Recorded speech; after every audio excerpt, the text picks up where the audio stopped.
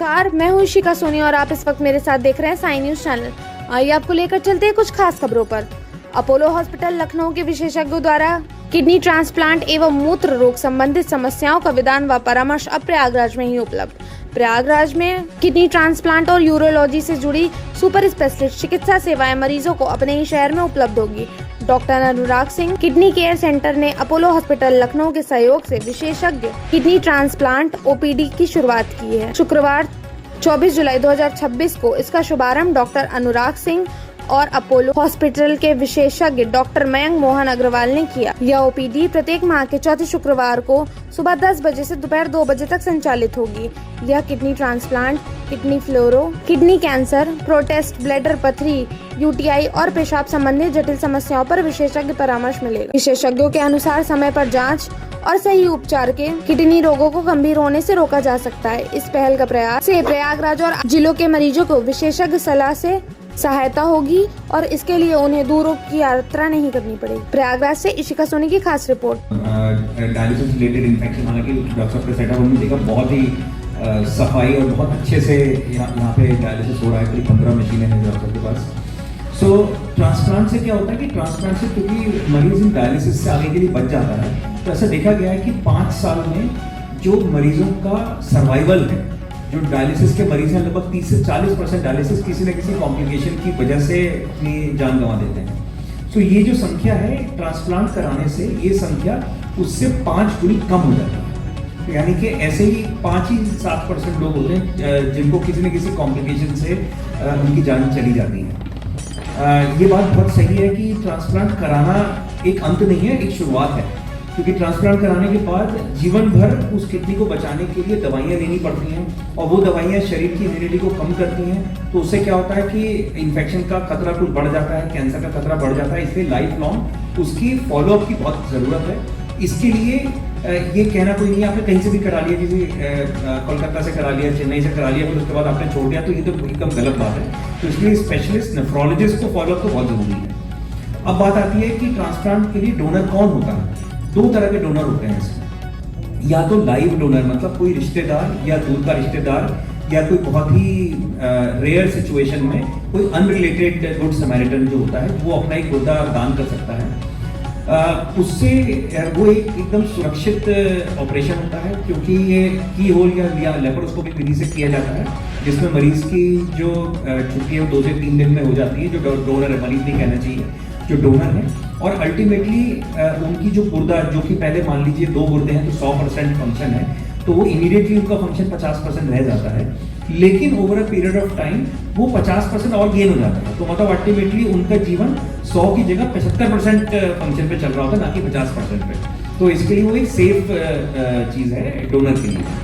दूसरे तरह के डोनर होते हैं जिनकी किसी अनफॉर्चुनेट इवेंट से जान चली जाती है, खासतौर से यंग पीपल जिनकी ट्रॉमा हो गया है, उनकी ब्रेन इंजरी ऐसी हो गई है लेकिन हार्ट चल रहा है, जिसमें कि मतलब वो अब बच नहीं सकते हैं। तो ऐसे लोगों का अंगदान, जिसको हम बोलते हैं डिजीज डोनर, ये नॉर्थ इंडिया में बहुत बड़ी रिक्वायरमेंट है, अभी तक प्रैक्टिकली नॉन एग्जिस्टेंट है। साउथ में खास तौर से तमिलनाडु और कर्नाटक और केरल, इन सब प्रदेशों में ज़्यादा अच्छे से इसका सिस्टम चल रहा है। तो ये हमारे प्रदेश के लिए बहुत ज़रूरी है, क्योंकि डायबिटिक है तो ब्लड शुगर कंट्रोल करिए, बीपी कंट्रोल करिए। अगर आप वही ब्लड प्रेशर में वही चीज़ें आती है, नियमित डॉक्टर को दिखाइए। पथरी है तो अपने डॉक्टर को रेगुलर दिखाइए। पथरी निकल गई फिर भी दिखाइए। पेशाब में इन्फेक्शन है तो उसके लिए पीलिए, ज़्यादा पानी पीलिए, उसका रेगुलर इलाज। कहीं भी शरीर में कोई भी इन्फेक्शन आपको लगता है हो रहा है तो उसको बेसिकली आप रेगुलर ट्रीटमेंट करें। और एक आखिरी जो है बहुत ज़्यादा कि दर्द निवारक दवाओं का सेवन, वो अनफॉर्चुनेटली और बढ़ता ही जा रहा है। और अननेसेसरी एंटीबायोटिक्स मत करें, ये भी बहुत बड़ा रीज़न है कि एंटीबायोटिक से बाद एलर्जी होती है, किडनी खराब हो जाती है। ये जो अनकंट्रोल दवाओं का सेवन है, दर्द निवारक दवाओं का,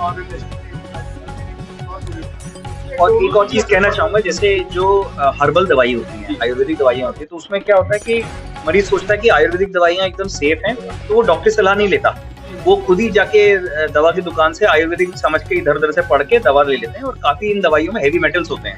हेवी मेटल किडनी की प्रॉब्लम, किडनी की बीमारी का एक बहुत इंपॉर्टेंट कारण है। तो इसलिए मेरी गुजारिश यही है कि चाहे वो पेन किलर हो, चाहे वो आयुर्वेदिक दवा हो, चाहे कोई भी मेडिसिन हो, बिना डॉक्टर की सलाह के मत लीजिए। अगर आपको आयुर्वेदिक दवा भी लेनी तो आयुर्वेदिक डॉक्टर से मिलिए, उनकी सलाह से ही दवा उसी मात्रा में लीजिए जितनी आपको अलाउड है। और पेन किलर एक बहुत बड़ा प्रॉब्लम है। इसको मान लीजिए आप कोई पेन किलर भाई 1-2 दिन के लिए ले लिया, कोई दर्द हो गया था, वो अलग बात है। लेकिन अगर आप पेन लगातार, ऐसा कौन सा पेन है जिसके लिए आपको दवाई लेते ही जानी पड़ती, मतलब आपको डॉक्टरी सलाह की वैसे ही जरूरत है, तो उसके लिए आप अपना ये सब ना करें। देखिए डायलिसिस से बेहतर कहने का मतलब ये है कि देखिए डायलिसिस तो सभी को चाहिए। अब उनमें से कुछ मरीज ऐसे हैं जिनका ट्रांसप्लांट हो सकता है। अगर ट्रांसप्लांट हो सकता है तो इसकी एडवांटेज ये होती है कि अगर क्रिएटिनिन जैसी कम हो जाता है तो आपकी जो लाइफस्टाइल है वो काफी नॉर्मल जैसा हो जाता है with a lot of restrictions, वो एक अलग बात है। जो कॉस्ट है ये एक्चुअली डिपेंड करता है संस्थान सरकारी है या प्राइवेट हॉस्पिटल है, किस तरह का ट्रांसप्लांट हो रहा है, कि दोनों का जो मैचिंग वाला ट्रांसप्लांट है या अनमैच्ड वाला ट्रांसप्लांट है, किस विधि से हो रहा है। तो एक जवाब देना तो पॉसिबल नहीं होगा, लेकिन हम फिर भी कह सकते हैं कि एक आम ट्रांसप्लांट जो ओपन विधि से दो रिलेटेड लोगों के बीच में हो रहा है, जिनके ब्लड ग्रुप में मैचिंग है और कोई परेशानी नहीं आ रही है, तो अमूमन एक एवरेज प्राइवेट अस्पताल में बिना किसी सरकारी सहायता के 8 से 9 लाख के बीच में हो जाता है। जो न्यूअर एडवांसेस हैं जैसे कि रोबोटिक सर्जरी अब आ गई है, तो उनमें अगर वो मरीज रोबोटिक सर्जरी कराने के लिए एलिजिबल है और वो उसको करवा सकते हैं, तो उसमें लगभग 2 लाख रुपए का और एक्स्ट्रा खर्चा आता है। इसके बियॉन्ड बहुत सारे इफ्स एंड बट्स होते हैं, तो उसके लिए नहीं कह पाऊंगा, लेकिन एक बेसिक कॉस्ट लगभग इस रेंज का। प्रोफेसर और हेड ऑफ यूरोलॉजी हूँ Apollo medics super speciality hospital Lucknow में। मैंने पीजीआई चंडीगढ़ और अमेरिका से पढ़ाई की है अपने यूरोलॉजी से रिलेटेड, और मेरे स्पेशलिटी एरिया किडनी ट्रांसप्लांट और किडनी कैंसर और फीमेल यूरोलॉजी।